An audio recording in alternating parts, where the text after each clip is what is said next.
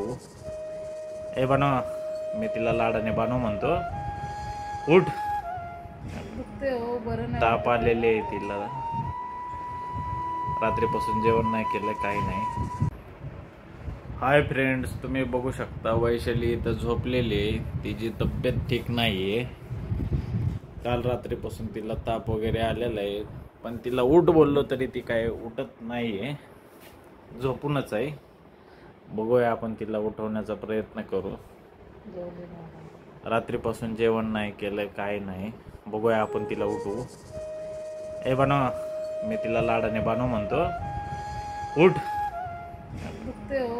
ताप आलेले आहे तिला. रात्रीपासून जेवण नाही केलं, काही नाही. दवाखान्यात चल बोललो तरी पण दवाखान्यात येत नाही, काही नाही, ऐकत नाही. चल उठ, जायचं दवाखान्यात. नको, चक्कर येते खूप जवळ. हा, चक्कर पण आली होती रात्री तिला, झोपेत चक्कर येते. बोला तिच्याशी. हाय यूट्यूब फॅमिली, रात्रीपासनं मला बरंच नाही, 1 वाजल्यापासनं खूप चक्कर येते, सर्दी आणि डोकं दुखत आहेत खूप, आणि असं चेहरा वगैरे सुजल्यासारखं, हातपाय सुजल्यासारखे झाले खूप. आणि रात्री खूप एक अचानक चक्कर आली. मला 12-1 वाजता थोडंसं लिंबू सरबत करून दिलं होतं, तर नवऱ्याने ते पिले. पण सकाळी परत 6 वाजता परत चक्कर येते आलेली आहे. खूप असं खायची पण इच्छा होत नाही, काय नाही, खूप त्रास व्हायला लागलाय. नुसतं असं उठूच वाटत नाही, एकदम हातपाय वगैरे गळून गेलेले आहेत, काय असं इच्छाच होत नाही खायची.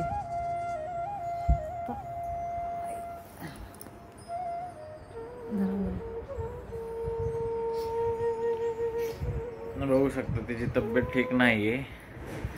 पण मुलांना स्कूलमध्ये पाठवलं होतं, तर त्यांना आणायला जाईन मी. 1 वाजता मुलांची शाळा सुटते, तर आता मुलांना आणायला मी जाईल स्कूलमध्ये त्यांच्या.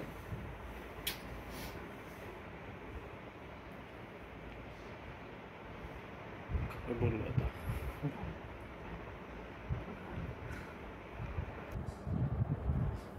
हाय बहीण भावांनो, मला बरंच वाटत नाही. एक तोंड वगैरे सगळं सुजले, सगळं चेहरा सुजलेलं आहे, हात वगैरे सगळं हातपाय सुजलेले आहे. उठायची पण इच्छा होत नाही, काय नाही. कंबर पण खूप दुखते, कंबरचा पण प्रॉब्लेम आहे ना, आणि ते मायग्रेन वगैरे, थायरॉइड पण आहे, तर जास्त चांग सुजलेलं आहे माझं. मला असं आता मुलांना स्वयंपाक पण नाही केला, काय नाही. तर ह्यांना म्हटलं होतं, तर मुलांना शाळेत आणून जाणार आहे ते, तर त्यांना म्हटलं की इडली वगैरे काय ना मुलांना द्या खायला. सकाळी त्यांना फक्त डब्याला रात्री स्वयंपाक केला होता ना, तर त्याच्यात चपाती, रात्रीची चपाती आणि हे दिलं होतं, जाम लावून दिलं होतं. का तर मला इच्छाच नव्हतं उठून करायची, स्वयंपाक काही नव्हतं, म्हणून त्यांनीच सगळी तयारी वगैरे केली. फक्त त्यांच्या डब्बा भरला, मेन बॉटली वगैरे भरून दिल्या, त्यांचे हाल नको म्हणून. त्यांना जायचंच नव्हतं, नाहीच म्हटलं, ते रडत होते खूप, जायचं नाही शाळेत म्हणून. पण आता म्हटलं इलाज नाही आहे, आता नुसतं सुट्ट्या व्हायला लागलेत ना शाळेत जायला येते म्हणून. आणि मग आता उठले बघा, असं उठून बसले तरी पण मला बहीण भावांना खूप त्रास होतोय, खूप कसं तरी होतं, असं चक्कर येते नाही, सगळं इतकी विचित्र चक्कर येते ना, असं बसूसुद्धा वाटत नाही, सगळं फिरल्यासारखं वाटतं, फॅन येते, खूप त्रास होते बहीण भावांना. झालं का तुमचं जेवण वगैरे, काय चाललंय मग? व्हिडिओ पोस्ट नाही केली मी, काल रात्री लाईव्ह पण नाही आले, का तर बरंच वाटत नव्हतं, थोडंसं मला कसं तरीच होत होतं, म्हणून मी लाईव्ह पण नाही आले काल रात्री. आणि सकाळी पण म्हटलं व्हिडिओ पोस्ट नाही केली तर करावं म्हटलं पोस्ट. तर बहीण भावांना असंच सपोर्ट करा, लाईक शेअर करा आणि सबस्क्राईब करा. चला बहीण भावांना भेटू नंतर. बघूच आता मी जर हॉस्पिटलला गेले, डॉक्टर काय म्हणतात काय नाही, जर सलाईन वगैरे लावायचं म्हटलं तर पोस्ट करून व्हिडिओ. तर घ्या तुमची पण काळजी बहीण भावांनो, भेटू नंतर, बाय.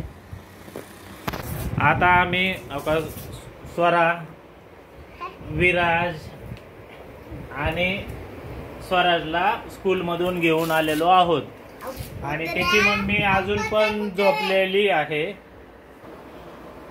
दीदी मम्मीला उठव, उठव.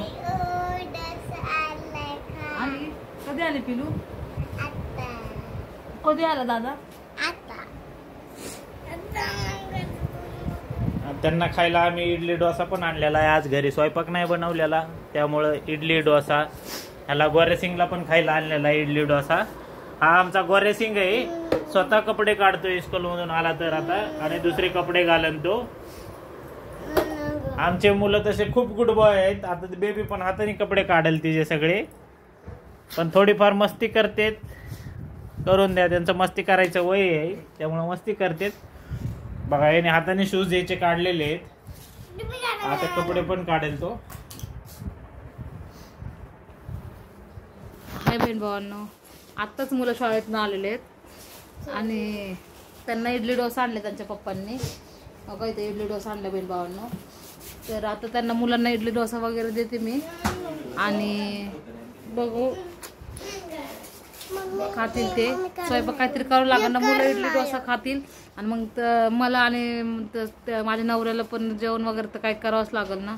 तर बघते आपलं काहीतरी खिचडी वगैरे काहीतरी टाकते, मसाले भात. चला बहीण भावना, आता मुलं आलेत चिडचिड वगैरे करायला लागलेत. तर भेटू नंतर पुढच्या व्हिडिओत. लाईक करा, शेअर करा, सबस्क्राईब करा. Bye bye.